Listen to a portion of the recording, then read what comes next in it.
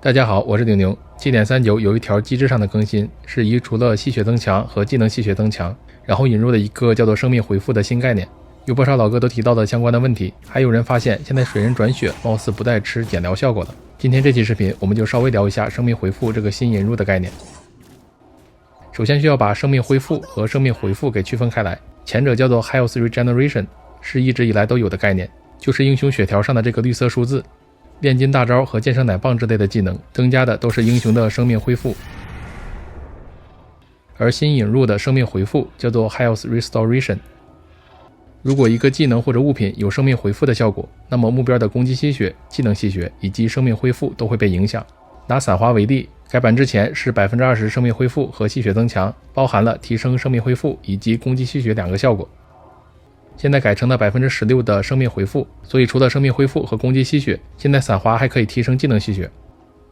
这里蓝有伞华的话，可以通过血晶石吸到更多的血。反观慧光，改版之前慧光有 20% 的技能吸血增强， 7.39 是直接移去了这个词条。生命回复也可以是副值，比如冰眼、冰甲、大骨灰之类的。拿冰甲为例，现在是降低 25% 的生命回复，效果跟之前是一样的，统一之后描述起来更为简洁。然后除了生命回复，冰甲还能降低敌人受到的治疗效果。治疗并不在生命回复的范畴之内，全能洗礼、带泽爱影波这种都属于治疗，它们不会被生命回复所影响。这里不管是全能带伞华还是莱恩带伞华，加血量都会是固有的300点。治疗增强分为两种，一种是圣洁吊坠这种让佩戴者的治疗技能可以加更多的血，另一种是古法衰老这种让目标受到的治疗效果被放大。改版之前不同治疗增强之间是乘法叠加，叠加公式非常复杂。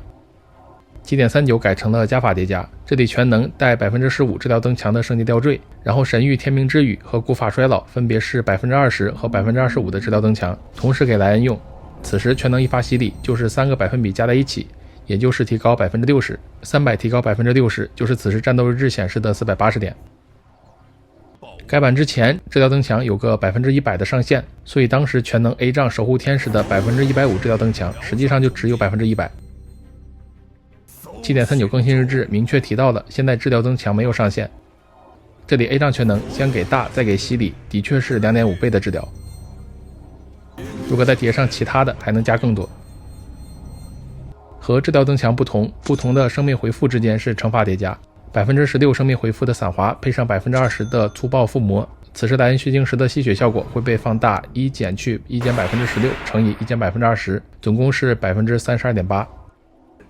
值得提一句的是，部分英雄的相关技能在 7.39 被削弱了。拿屠夫为例，改版之前的 A 杖腐烂和冰甲类似，生命恢复、吸血、治疗这种都能降低，然后 7.39 改成了只降低生命回复，也就是说原本也能降低治疗的 A 杖烧现在不行了。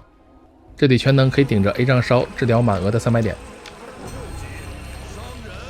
类似的小黑 A 杖、亚巴顿先天技能之类的现在也都不能降低治疗效果。军团是一个反向的受害者，他的先天技能原本可以提高自己吃到的治疗，现在只能提高生命回复。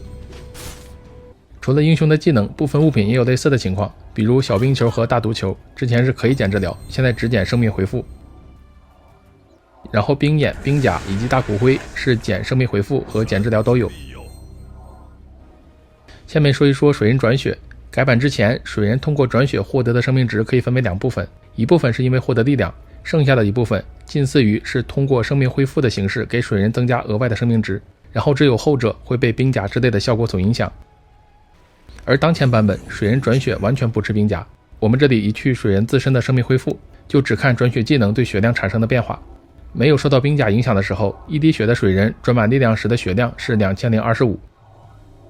然后顶着冰甲光环再来一遍，可以看到获得的血量是一模一样的。也就是说在当前版本，水人转血既不属于治疗也不属于生命回复，不会受到生命回复效果的影响。但有些技能不是降低生命回复，而是只影响生命恢复，比如蜘蛛的坏死之网命石，这一类技能在当前版本依然可以影响到水人转血。